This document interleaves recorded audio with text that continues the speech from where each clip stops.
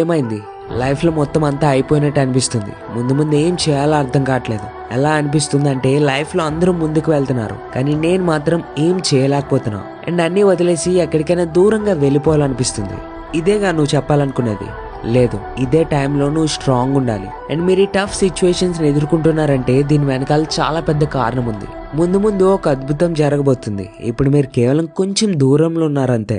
Being limitless channel ద్వారా నేను ఎప్పుడు మీతో ఉండేవాడిని, ఇప్పుడు కూడా ఉన్నా అండ్ ముందు కూడా ఉంటా. ఇప్పుడు ఈ మాటలు మీ లోపల ఉండే వాయిస్ లేదా ఎప్పుడు మీతో ఉండే ఒక అదృశ్యమైన శక్తి అనుకోండి.